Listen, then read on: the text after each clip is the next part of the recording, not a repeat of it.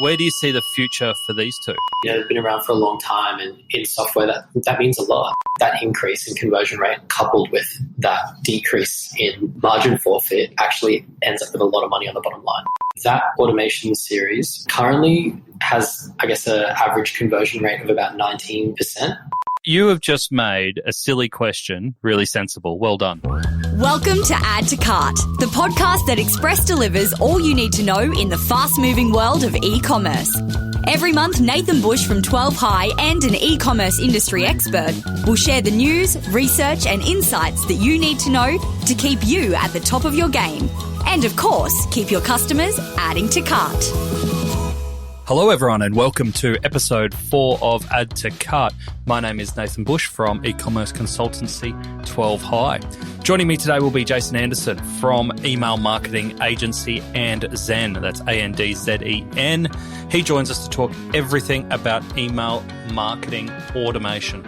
We're going to cover which email marketing platforms you should be considering for your e-commerce business, what kind of scenarios or user flows you should think about when starting your automation journeys, and then how to get started. Where do you start in setting up something that's really intelligent and lifts your ROI significantly by using email? All that is really practical and some great expert tips from Jason. But before we get into that, I just want to say thank you to everyone who has rated and reviewed us. We're up to 4.9 out of 5 out of 9 ratings on Apple iTunes. So that's amazing, knowing the level of professionalism from myself. I put it all down to our producer, Gil, who's getting us those results. One piece of feedback, which I thought was great, that I just want to discuss was from Renz, who said it's a great e-commerce podcast, but he'd love to see it being less Shopify-centric. So obviously we have partners Shopify Plus who sponsor this and make sure that we can bring you this podcast, but in no way are we just a Shopify podcast. We know that they make up a huge part of the e-commerce ecosystem and are really important and doing some really exciting things, but we do intend on going bigger and broader. Renz, if that's just a way of you saying that you want less Josh Newport on the show, I think that's common and I don't hold that against you. But I think Josh may even be back, so hold tight. But yes, Renz, we aim to give you a lot broader perspective than just Shopify in the coming episodes. So as I said, thanks to Shopify Plus for partnering with us to deliver you this podcast. Let's get into today's episode, which is all about email automation. So bringing it to us is Jason from AndZen. Hello, Jason. Thanks for joining us. No worries. Thanks, Nathan. Glad to be here. Mate, pleasure. And let's get straight into it. Today we're going to be talking about email automation. So it's an area that I know that you guys have been in for a long time. You specialize in it. Yeah. Long before a lot of the latest e-commerce hype. Can you give us a little bit about yourself and a little bit about your organization? Yeah, for sure. So my name is Jason Anderson. I'm the general manager at AndZen. AndZen is a email marketing and marketing automation specialist agency, and we actually specialize in marketing automation for e-commerce. So our background is over about 10, 15 years. We were actually the Australian office of an email marketing software that's about 20 years old. And when that software was acquired, it was eventually acquired by GoDaddy, we ended up spinning off from the Australian team and creating AndZen, and I guess offering consulting for marketing automation. And we started off very much in the B2B space, but then as e-commerce has grown in Australia over the last 5 to 10 years, we've specialized more and more until today now, where we've got offices around the world, and we really do specialize in marketing automation for e-commerce. Awesome. So when clients come into your office and they go, Jason, we need help with marketing automation or email automation, do you find that most people understand what email automation is? Yeah, actually, a lot of people, when they come to us, they're probably doing a big migration, or maybe moving, say, from Shopify to Shopify Plus, or maybe from Magento 1 to Magento 2. They're an established brand. They have grown up on really strong top-of-funnel acquisition strategies, but they're at that point in their brand maturity where they're looking at their brand thinking, we really need to maximize our existing customers. We really need to get the most out of all of those ad dollars that we spent at the top of the funnel to really create long-lasting relationships with our customers and not just have lots of first purchases, but lots of really strong customers with a really great lifetime value. Yeah, awesome. And so where's your view on the difference between email automation and marketing automation? Because they both get thrown around a lot, right? Yeah, 100%. So we see them obviously as going hand in hand, but really when we talk about email automation, we're talking about the fundamentals of automating an email send. But when we talk about marketing automation, for us, what we're talking about there more is really the automatic transfer of data. So a really simple example is the automatic process of when someone is on your website and they're looking at a specific product and we're tracking that, and if they place an order, having that data automatically transfer through to your email marketing software, even through to Facebook and to Google for maybe your ad funnels and things like that, the actual automated process of that data moving around. And then when we're talking about email automation or even advertising automation, we're talking about really that specific niche delivery of that exact message. Yeah, because it can be really confusing, right? Because there's a lot of platforms out there that go, we're the marketing platform, and you look on their website and it's full of jargon, and you go, Absolutely. What are you? Are you a CRM? Are you an email blaster? Are you a intelligence agency? It's all completely. Yeah, lots of, we even see lots of companies will say, we're a marketing automation agency, but they might be a dev studio that just builds APIs for things, right through to people like us. And certainly that's part of our business. We have devs and we do work with APIs, but really what we are is a marketing agency, and we are looking at email specifically as a niche and how we can use all those philosophies and tenets of marketing and apply them really strategically in email. Awesome. So you touched before on some of the journeys, and we might come back and talk in detail around if we're starting email automation, what journeys should we prioritize? Yeah. Before we do though, let's get in the headspace of some brands that people might know about. What are the kind of top platforms that you see used for email automation? So these days it depends a lot on your CMS. So, what are you using for your actual e-com site?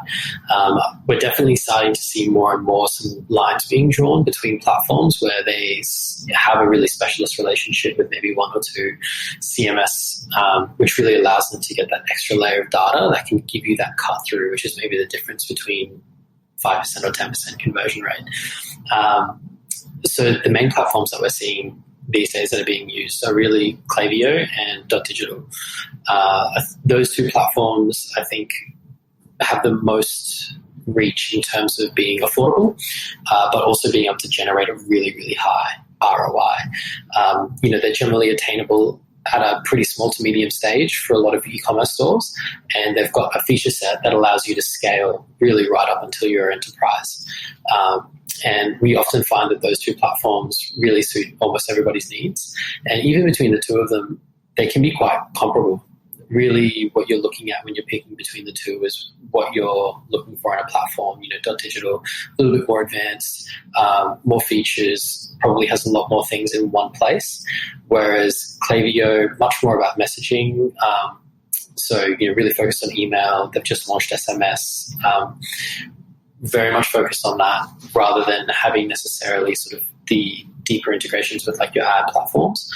But certainly as a tool, much simpler to use than .digital because it is so much more focused. And so it probably it's maybe easier to grasp if you're a merchant who's still doing a lot on their own, or you've got maybe just that one marketing manager in your team and you need them to be really efficient. That can be a better option. Whereas .digital, if you've got a team or if you're using an agency that you want to arm them with a really powerful technical platform that they then have the skills to go and implement, that can be a better option. But really for the two of those, you can start on those even if you're on a basic Shopify plan, and you can scale all the way up to Plus on Magento 2. .digital comes pre-installed with Magento now, I believe, as well. Wow. So both of those platforms are really great. And then, of course, you've got your ones that have been around forever, like MailChimp, which these days, obviously, they've had the big breakup with Shopify, which we might talk about later, but, probably much more on the entry-level side. And then you've got other ones that are maybe your medium to bigger size, like a Masters as well.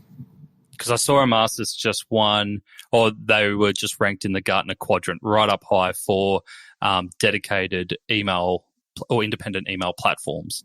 They seem to own that space really well, where they're out there, they're going, we just do this and we do it really well. Yeah, they're definitely, they've been around for a long time, and in software that means a lot. You've had developers that have been there for a long time. It gives you a lot of time to develop your platform and develop really great features. But I would say for something like a master's, it's probably, it can be on the higher level for some people to try and reach for. And again, being a bit more advanced, it can sometimes be a little bit more technical. So I think, depending on, it really comes down to what type of merchant you are, what maybe your team makeup is, who you're working with, to make a decision. But I would certainly say for us, the two platforms that we've seen really outshining when it comes to the level of support they're giving their customers, the rate at which they're releasing new features, the integrations that they're building, and really they're having their ear to the ground in terms of what the market needs and responding quickly. Klaviyo and Digital have been doing for us. Yeah, nice. I just worked with a client who was going through a similar exercise, and we did an RFP with them. And in the requirements, both of those, Klaviyo and Digital, came out very similar. In the end, it came down to Digital won the business because of a better support model, because they were so similar for how it fit their businesses. They kind of went, well, these guys are on the ground for us in our area, and we feel that we'll get that input, because it's so important for us to get the intelligence around it, not just the technology, but like input for our team on how to use this well. And we felt that they would do it. Completely. Yeah. And it's a big advantage. Digital have two offices here. They've got an office in Singapore. They've got an office in London. They've got a really good spread around the world in terms of support hours and having dedicated teams. And that means a lot for a lot of people, completely understandably, right? Yep.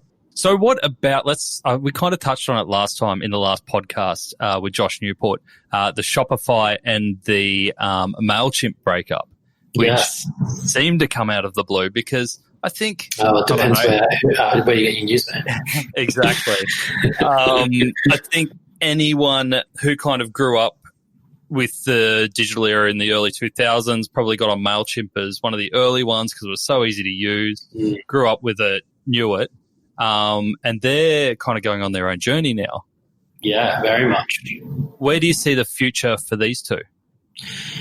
It's interesting. I think, MailChimp, I think, are doing something pretty clever in their space, but I think they're probably moving towards isolating themselves a bit, and I don't think they have a problem with that.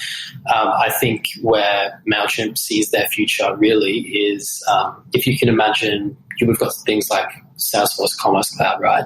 These all-in-one big enterprise platforms. Adobe have theirs as well. Oracle has theirs. I think MailChimp have really done a good job of identifying that at the bottom end of the market, there is nothing like that. And if you're a merchant trying to get started today, the onus is on you to learn how to use Shopify, learn how to use maybe Klaviyo or something, learn how to use Facebook and all these platforms just to get your brand started. And I think they've identified that there's a niche there available for someone to come in and offer a single source set of tools for you to be able to get started really quickly. That's going to have a lot of appeal to a lot of people, I think.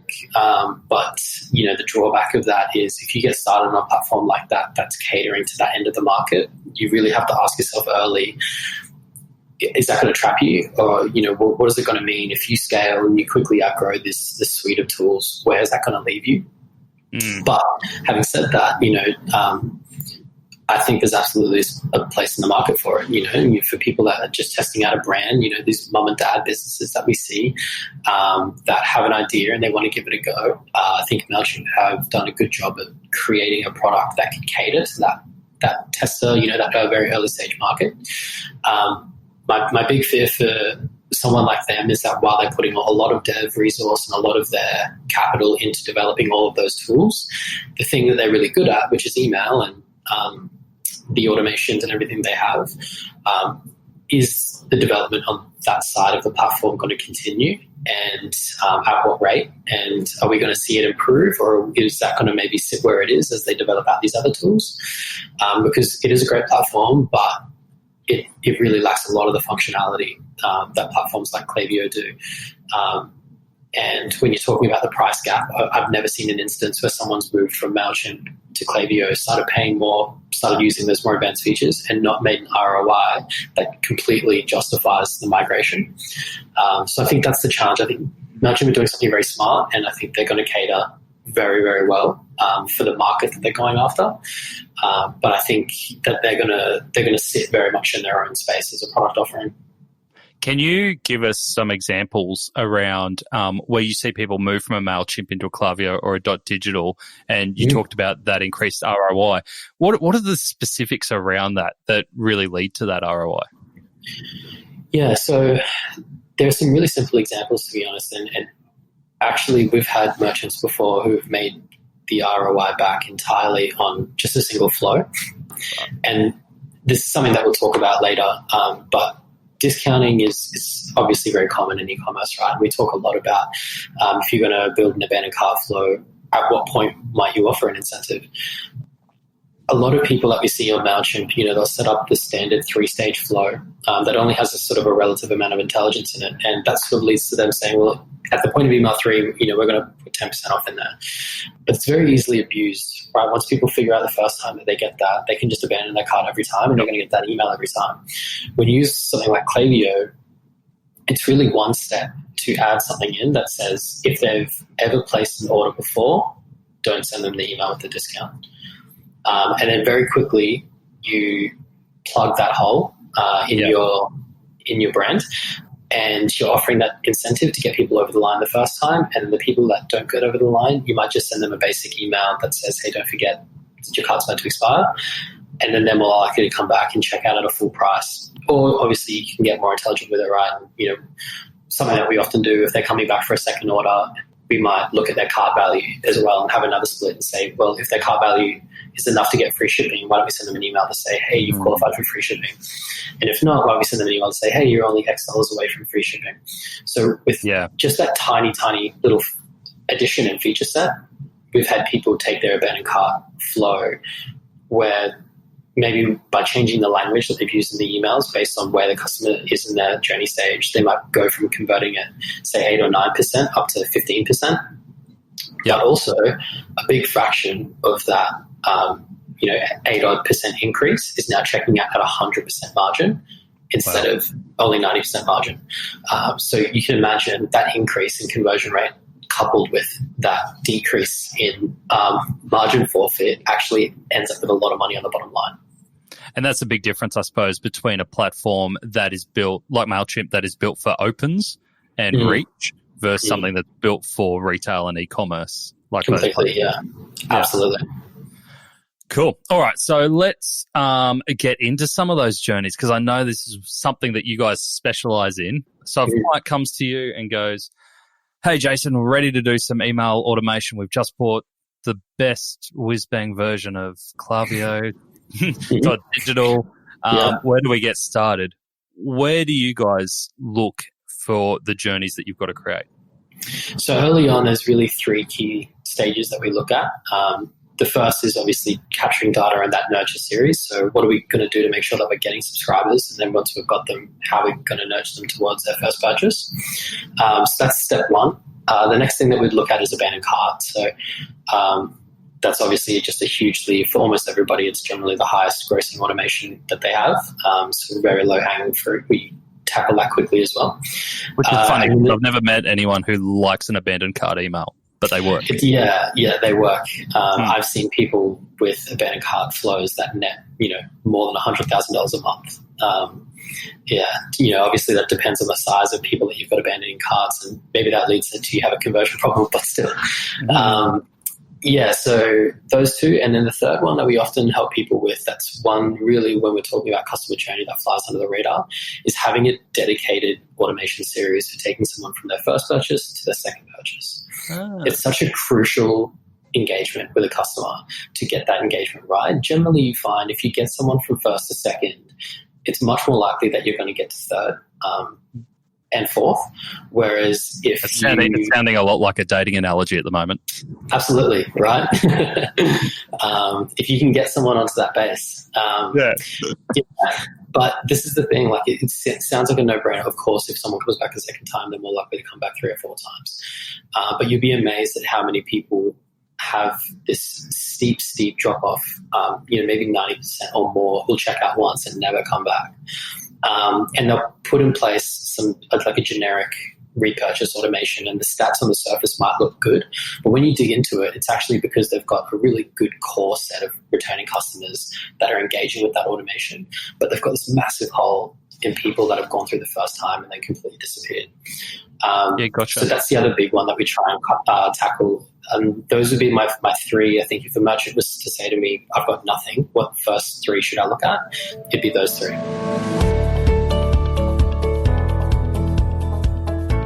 How was your Black Friday and Cyber Monday? If you're a Shopify merchant, I dare say it was pretty bloody good.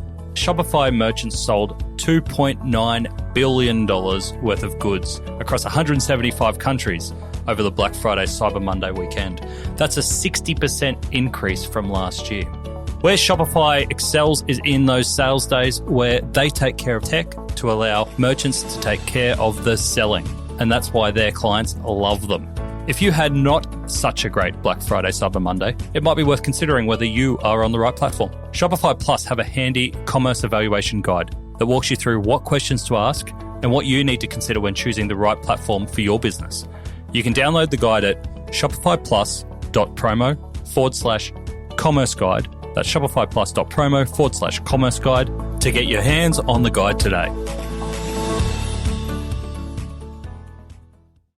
On that last one, what are some of the techniques you've seen to really convert people from that first purchase to the second? Because I'm assuming the first one is done out of necessity or a price or a big discount. Let's say it could be during a sale period. What are some of the techniques you've used to go to the second base?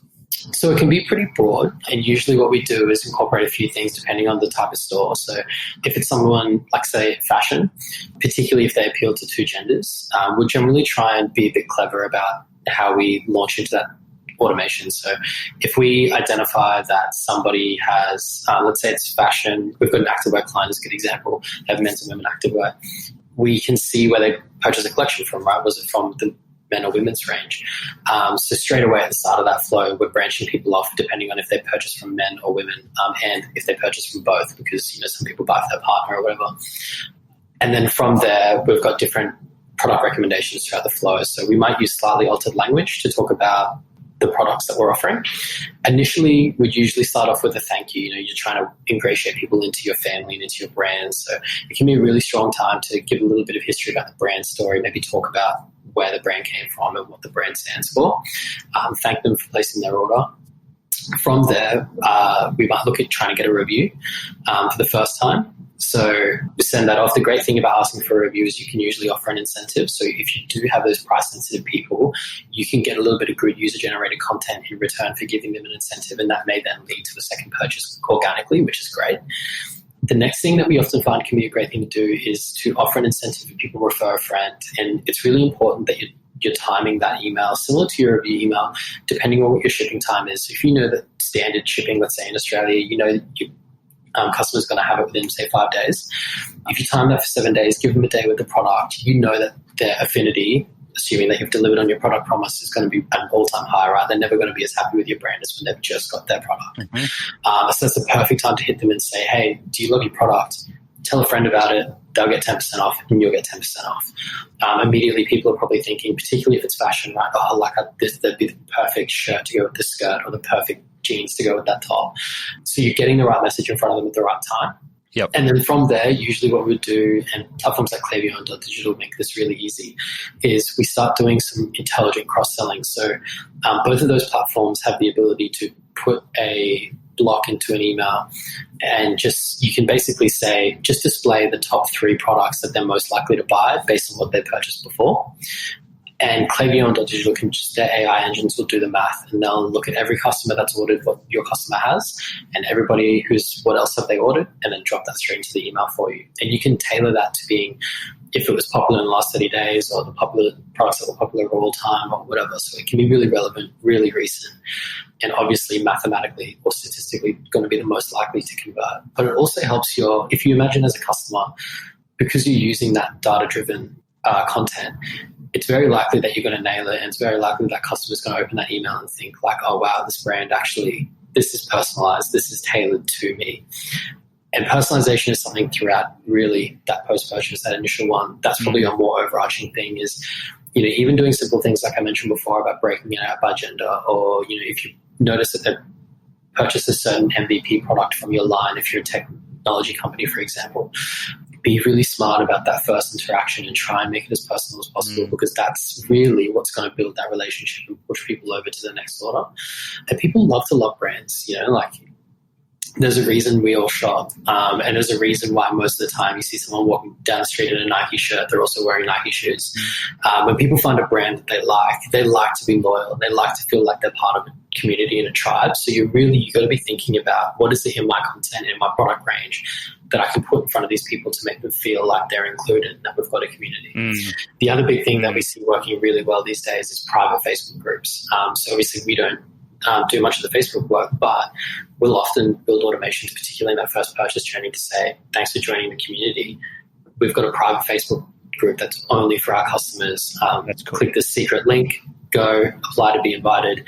You can even put in the email. We've had people who will actually say, we're going to double check to make sure that you're an actual customer once you request to join, and once you are, we'll approve you. And it adds that level of exclusivity, and then people feel really engaged. And then you open up a new marketing channel as well to be able to communicate with them by having a private group on Facebook.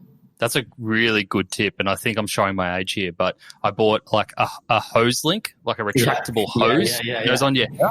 Yeah. I'm like, man, I'm so old. But I bought it and I was really pumped about it. And then I got the email following saying, come join our Facebook group. And I ended up doing it. Yeah. And now I'm like this member of a hose link group on Facebook where I see sprinklers and stuff all the time. And I love it. Yeah, people I never thought I'd turn into that guy. Yeah. We've got a client, Eco Modern Essentials, so they do essential oils, right? And they have blends for diffusers and things like that. But they do a whole range of things with essential oils, and they have a Facebook community, and it's incredible. The people that are in that community creating their own blends with their essential oils, posting their recipes and sharing them amongst each other, they've really built, and they've done a lot to nurture that, but they've built an incredible community. And that's a core part of the email strategy that we have for them, is when someone becomes a customer, really pushing them into that community to say, there are people here that are as passionate as you about these products, and, come and find people that you can relate to. Yeah, cool. So the two key integrations to do a lot of the stuff that you're talking about there is obviously into product, which I'm assuming Klaviyo and .digital, if you're integrated through the Shopify plugin or the BigCommerce plugin or Magento, whatever it is. Plugin. Yeah. They've all got really tight native integrations, which is obviously really helpful. And, this is not stuff that you need to be a developer to do. This is, point and click, and it'll get done for you, which is how you need it to be. Beautiful. And then the second integration is with your source of truth for your customer. Yes. So this is, I think, probably a contentious one because we've got customer data platforms making a move. In the old school, we've still got CRM systems out there. Some people manage customer records within their e-commerce platform. Yeah. Where do you see the central source of customer? So if you want to go, I want to know which customers open what and what products they're interested in. How do you pull that together? So it's an interesting one. And I think it comes back to the merchant. Like I said before, if you've got a really strong bricks and mortar presence, and you have you have your ERP, and then you have your strong online presence, and you need all of that to be syndicated somewhere so that it's all reconciled, then you probably are going to be looking at one of those bigger data platforms. But some of those have integrations as well, or at least they have APIs, and Klaviyo and .digital both have open APIs, so you can integrate that sort of stuff. We've worked with both, and we've integrated a fair bit. We've done ERP integrations with both Klaviyo and .digital. Cool. So it's definitely possible. We'd be selfish and say for us, it's always great to have it in the email platform, because obviously it puts a lot of data at our fingertips. But, that isn't to say these days with the way that APIs work, it's really up to you. And what you're most comfortable with. Most of this stuff can be pushed around, if not live, very close to. So for me, we generally like it to be an email platform. But I mean, even that now, Klaviyo released a feature now where they can actually push data back upstream to Shopify. So if you want to keep Shopify as your central point of truth, you can have us be recording data in Klaviyo. So a really good example is if you've got a complex product range, we might sometimes do something with, say, in your welcome email, we might say, hey, here's your 10% off email. Let's get you to the right place and put a couple of category tiles in front of you. And whichever category tile you click on first, we'll tag you in the background and say, okay, they're probably more likely interested in this product collection. We can add that as a profile in Klaviyo and we can push that upstream to Shopify automatically. So it really comes down to your appetite. That's a really smart way to do it, and is like an advancement on the old, when you used to sign up for an email form and it used to say, tell us what sports you're into, rugby league, netball, whatever it is. And you'd have to click the dots of what you're interested in. And a lot of the time what you clicked isn't actually what you're interested in, whereas you're going on your behavior. That's it, exactly. And, we do a lot of similar stuff like that. Even when it comes to data capture, even further up the funnel, right? We'll be looking at, was the pop-up on a male product page or a female product page in terms of what the collection they're looking at. And we might have a tag that assumes that they're probably one of those two genders based on where they signed up from. Or if it's more collection-based, which collection do they come from? So there's a lot that you can do intelligently these days, which, back in the day you would have to do manually. And like you said, it can be very sketchy. Yeah, absolutely. Touch on loyalty for a second and email automation for loyalty. Where have you seen email play a critical role in loyalty programs? I'm talking about loyalty programs, not the overall concept of loyalty, in terms of driving that engagement beyond just discounts for members. Yeah. So Eco is maybe a good example as well, Eco Modern. So they use a loyalty program, and currently the data capture is really just structured around signing up, but we're looking to make a shift from that towards being much more points orientated. And it's actually a great way to gather data as well. So a really good example is a lot of people in the loyalty program, you're sort of sacrificing saying get 10% off when you first sign up to rather get 200 points when you first sign up. And you kind of rely on the customer to do the maths and figuring out that that's going to get them a discount. But what we generally see is actually you can almost survey a customer and give them a few points that total up to that discount and get quite a lot of good information out of them to get that 10% off more than just signing up from a form. So, for example, you can have that pop up say, get 200 points for signing up. When they go through and they sign up, then the next page says, great, now that you've signed up, get an extra 100 points for giving us your birthday and an extra 100 points for filling out your first name or some extra data or something like that. And if you have it very clear on the screen that the amount of points that they got is going to total that next discount tier that they're looking for, great. They're going to hand that over. They're going to get that extra discount. And that's going to allow you to have a much richer engagement with the subscribers straight out of the gate, try and nurture them to their first purchase. Which is nice too, because it probably allows you to take less information up front, knowing that you can get it down the track. Exactly. But another example, an ActiveWeb client of ours, Muscle Nation. So when they were considering doing a loyalty program, we did a little trial for them where we basically created some tiers that we didn't tell anyone about. And the customers kind of, if they spent a certain lifetime spend, they would just get hit with an email that says, hey, congratulations, you're in the secret club.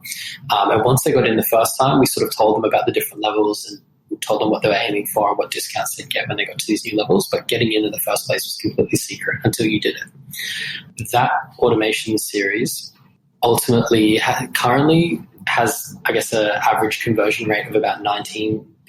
Wow. When people receive it, which is great. But when we actually launched it, we backdated it and launched it to existing people to introduce them into their tiers and basically say, we're launching this thing. When we launched it, it actually had a 31% conversion rate. And one of the emails in the flow actually converted at 37%. Brilliant. And the most interesting thing that we found when we launched the program was some of the discounts were quite heavy that we were offering if you were in some of these top echelons of discount. What we saw was that even though we were giving a fixed dollar amount and people with these high coupons could have checked out and just had a completely free order, free shipping, pay nothing, just got their products for free, almost none of them did. Almost all of them spent an equivalent amount of money, if not more, because they had that discount. So some people were getting discounts of $75, and previous to that, they would have had an average order value of about $75. they would have come to the store and spent $150 and used that $75 voucher. So they actually ordered what would have been worth $225, but they were so, I guess, inspired by the discount and the loyalty that the brand was showing to them that they just went on a massive shopping spree and splurged. We did a product release about 2 weeks later, like a new collection launch, and a lot of people had hung on to their discounts. When we did that product launch, we saw people order the exact same amount that they normally would, and then they just used the discount to get all those same products in a different color. Yeah. But they still went out and spent that money. They weren't just abusing the codes and abusing the discounts. It's easy to just assume that people are just going to take advantage. But actually what it was doing was building such brand loyalty that these people weren't thinking about it like, oh, great, I'm going to get a free extra order. The way they were thinking about it was, great, I should go and spend some money and I can spend even more because I'm going to have this extra discount. And that's the whole point of these loyalty programs, right? The point isn't to just necessarily give them more discounts. The point is to educate a customer to say, hey, don't just shop with us 3 times a year, shop with us 5 times a year. Yeah. And you know what I'm loving about your approach, and it's gone through the whole episode here, is that you haven't had a purist view of engagement in terms of just hit them with the right content, the right story, the right time, and the rest will take care of itself. And also you haven't gone just rely on pricing and promotions to move the needle every time. You've kind of used both together. And I think it's usually a really telltale sign as soon as you speak to a retailer in how they use email, whether they use it as the needle in the arm to inject sales quickly whenever they need it, or whether they see it as that long-term relationship building. But you've got a nice approach there where you're blending them both together. That's right. Look, email is a part of your marketing ecosystem, right? It doesn't sit on its own, and you need to be thinking about when you're doing your marketing. It's a bit of a cliche, but you need to be thinking about all of your marketing and all of your brand and the role that email plays in that. And, email plays a crucial role, in our opinion, really in everything. If you want to have a good social strategy, you need to have a strong email strategy that is directing people there at the right time and the right place. And if you want to have a strong loyalty program, if you want to be generating lots of reviews, we build integrations, like even subscription platforms, right? Like where we have something like Recharge integrated with Klaviyo so that we can ensure that when we're setting up automations, we're actually tracking those people that have become a subscriber and then sending them emails to thank them for becoming a subscriber on top of also checking out.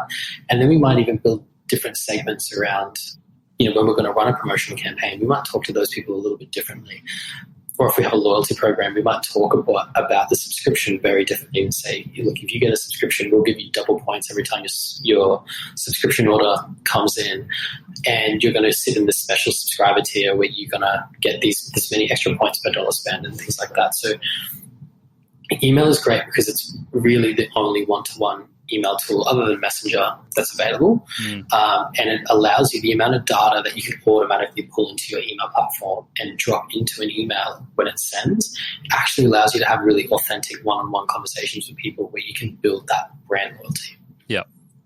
Mate, thank you very much. You've been so generous with your knowledge in what you give out to your clients to make it available to our audience. We've talked a lot around the different technology and especially the .digital and Klaviyo platforms, which is used by many e-commerce retailers. Talked about some of the journeys that you would start with, and then we dived into a little bit more around the strategy, especially with loyalty and ongoing engagement. So hopefully there's something that everyone can take at least 1 or 2 tips out of and apply to their business. Yeah. But I have left the last question, and probably the hardest question, till last. Sure. What makes a good subject line? What a question.